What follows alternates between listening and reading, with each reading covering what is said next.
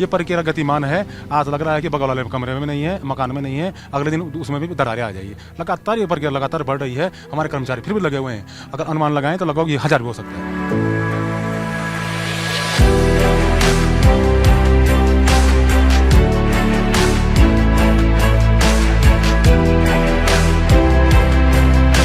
उत्तराखंड के जोशीमठ में जमीन धंसने और कई घरों में दरारें पड़ने की घटनाओं को लेकर पिछले कुछ दिनों से काफी हलचल देखने को मिल रही है। जोशीमठ में कुल 4500 इमारतें हैं और इनमें से 610 इमारतों में बड़ी दरारें आ गई हैं, जिसके कारण वो रहने लायक नहीं है। प्रभावित इमारतों की संख्या दिन प्रतिदिन बढ़ती जा रही है। जिन घरों में दरारें मिली हैं, उन परिवारों को तुरंत शिफ्ट कराने के निर्देश दिए गए हैं। केंद्र सरकार भी इस मुद्दे को लेकर काफी सजग नजर आ रही है। पीएम मोदी ने उत्तराखंड के सीएम पुष्कर धामी से बात कर हर संभव मदद मुहैया कराने की बात कही है।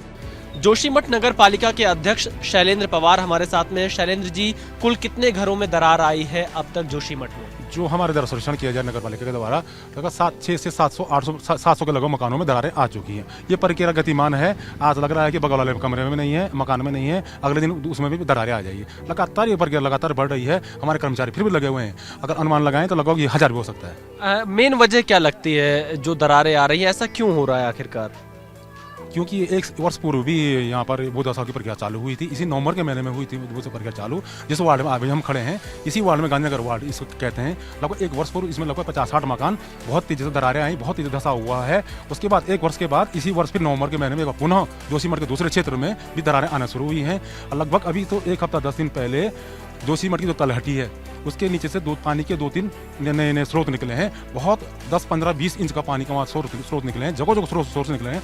उससे पूर्व में स्रोत नहीं थे, मटमैला पानी उसमें आ रहा है। जब से वो पानी निकलना शुरू हुआ है तब से एक इलाका तो पूरी तरह से स्किप करने के कगार पर आ चुका है। और निसंदेह रूप से हमें तो ये लगता है जो एनटीपीसी की परियोजना, ये जोशीमठ जो शहर है इसके नीचे से इनकी 12 किलोमीटर की लंबी सुरंग निर्माणाधीन है। एनटीपीसी की जो परियोजना है, जल विद्युत परियोजना है, तो लगभग 6 किलोमीटर सुरंग काट चुके हैं। इनकी एक टीबीएम मशीन इसके अंदर फंसी हुई है।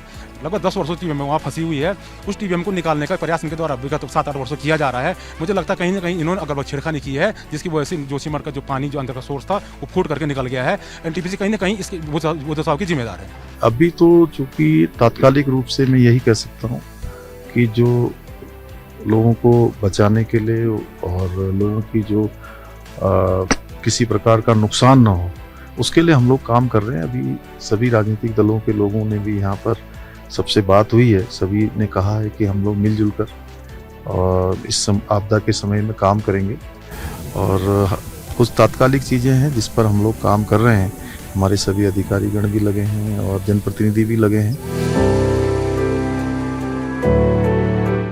देखिए, कल से हम लोग आए हुए हैं और हमारे साथ एक एक्सपर्ट्स की टीम भी है, जिसमें जीएसआई के डायरेक्टर हैं, आईआईटी रुड़की के हैं, एनडीआरएफ के अधिकारी हैं, नेशनल हाइड्रोलॉजिकल इंस्टीट्यूट के अधिकारी हैं। तो क्या कारण है, ये तो ज़रूर है कि स्थिति बहुत सामान्य नहीं है, उसको आकलन करना बहुत आवश्यक है। लेकिन राज्य सरकार जो भी कदम उठाने चाहिए तत्कालिक रूप से उठाएगी।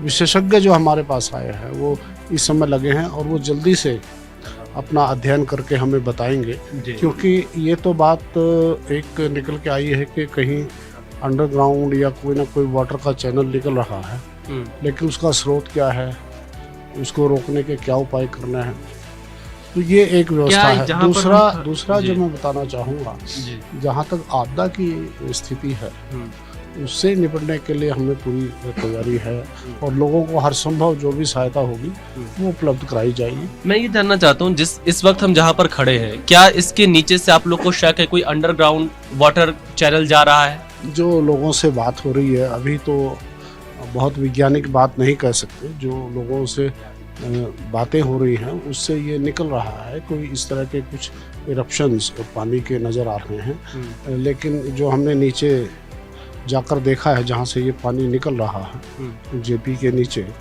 वहाँ से भी पानी निकल रहा है। तो ये तो अभी तो प्रथम दृष्टता तो ये नज़र आ रहा है, लेकिन उसकी गहराई में जाना बहुत आवश्यक है। इसीलिए विशेषज्ञ आए हैं और वो जल्दी से हमें ये आकलन करके बताएंगे।